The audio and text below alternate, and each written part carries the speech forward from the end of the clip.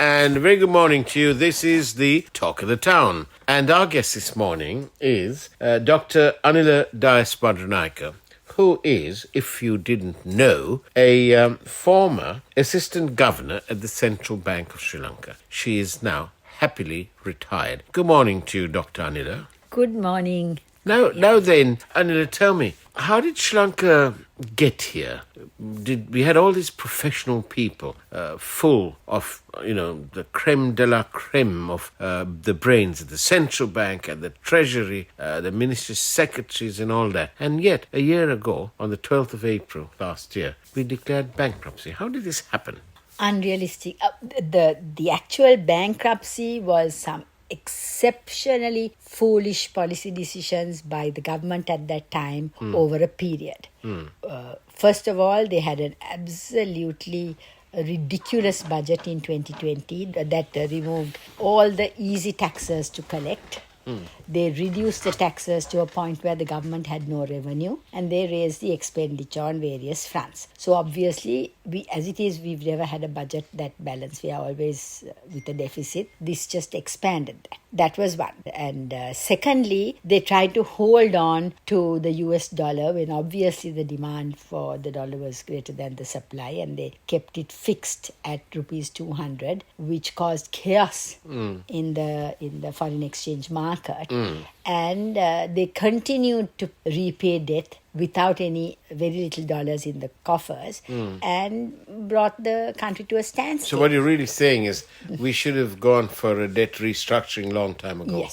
Yes. And now that the IMF, God bless their souls, have helped us a bit here and there, and all these talks are going on, or hopefully they're going on, and hopefully they won't have domestic debt restructuring. I mean, they won't give us haircuts, because God knows what will happen to the state banks and all that, but we'll let that to be in the hands of the professionals. Yes. But in between all this, would you say that we are out of the woods? Temporarily, yes. You can see we are limping back, economic activity is limping back because we have got the essentials that are needed for economic activity. And for our luck, winter is over in the Western world, so the prices of fuels and gas have come down, and we are seeing the benefit of that now. So people have got fuel, they have got cooking gas, and they have got electricity, and so that generates economic activity. What more would we need then? I think we still have a problem with medicines and hospital supplies, and the basic foods, the prices are still the farmers. high. Well, why is it, Anila, that, if you go to Europe, then if you look at a farmer, he's living in a smart house, he's got an even smarter car, and he's obviously not poor. Why is it that farmers in our country they're basically just about maybe at or slightly above the poverty line? I think because of inconsistent policy decisions in the past, sometimes trying to protect the consumer, sometimes protecting the agricultural producer. So policy inconsistency. Trade and agriculture policy have never been consistent. One. And two, far too many cooks trying to help the farmers. I think there are 70 organizations, state organizations in this country purportedly supporting the farmer. And the farmer is going nowhere because all the knowledge that is collected in these agricultural organizations with many experts somehow has not been able to trickle down.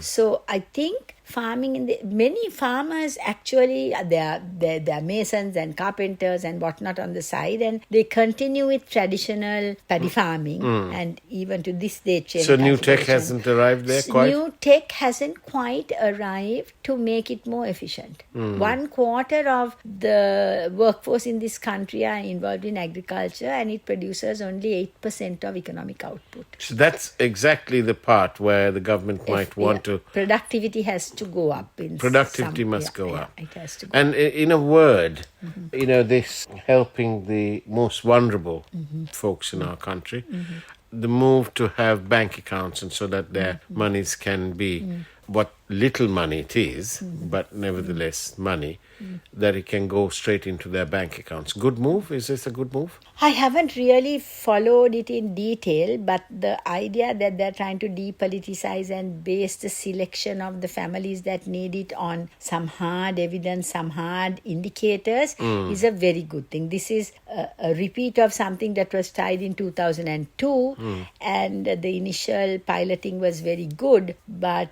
it was basically thrown out of the window when some of the workers in one district where it was piloted found that they wouldn't have that many jobs because there weren't as many poors were being given handouts, and it ended there. So I hope this does not go the same way. But there's one thing I would like to say, that we also have a problem in this country about the minimum wage. You see the salaries. How much is the minimum wage? Let me tell you what is needed. Right. According to the current inflation, the poverty line says you need about 14,000 rupees per person per month, right, which means for a family of 4 average size, that's about, say, 55 to 60,000 rupees a month to just be at the poverty line. Right. In Sri Lanka, the average number of income earners in a family is 2. So 60,000 divided by 2, you need, the minimum wage should be around 30,000 rupees to the head, right? Yeah. Before. But Sri Lanka's official minimum wage, if I'm not mistaken, and please correct me if I'm wrong, is 12,500 rupees.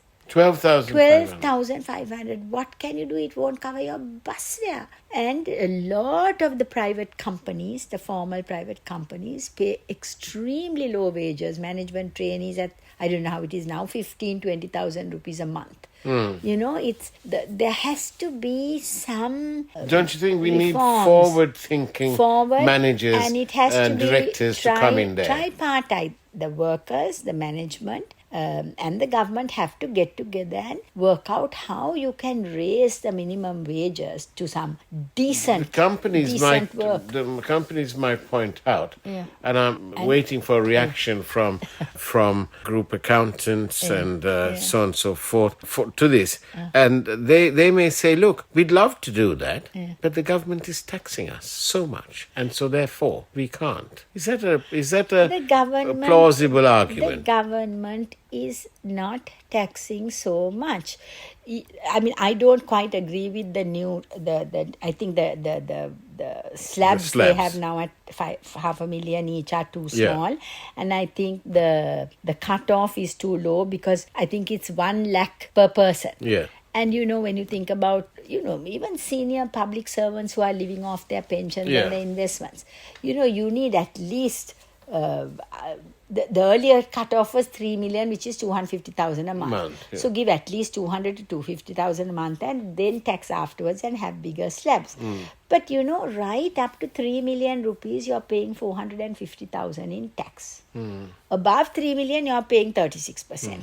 So I think these companies, I'm not a business person, but you talk to any sector, the companies, they're saying they're losing their people. Why those people say they can't live on these salaries? So either you lose your people and keep your salaries low, or you pay what it takes to retain the good people. You have a choice. I'm not talking altruism. I'm not saying, go pay your workers high because they need to live. I'm saying if you want to keep your workforce happy and you want high productivity, then you have to pay what it takes. But when they do that, I'm worried about what will happen to the price of eggs. There aren't no eggs anyway because there was no maize in the market. That's right. And I'm on a committee where they're trying to see what eggs will come back. It's the first time that during our sort of Ramadan festivities, I went to 3 different places, homes, and none of them had, that all-time favorite. I have to tell you, 2 Muslim friends of mine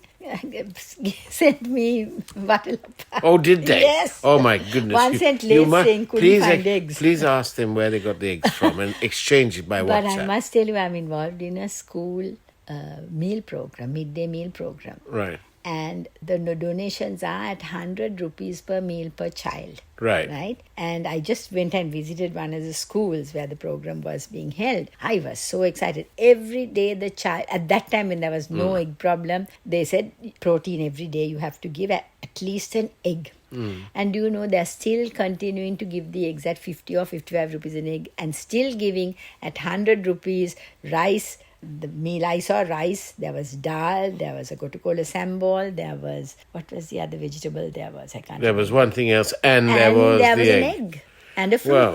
for $100. So where Thank there's you. a will, there's a way. If there's a will, there's a way. Dr. Anila Bandaranaike, thank you very much for being on the Talk of the Town. Now back to the studio with Dom and Asanka.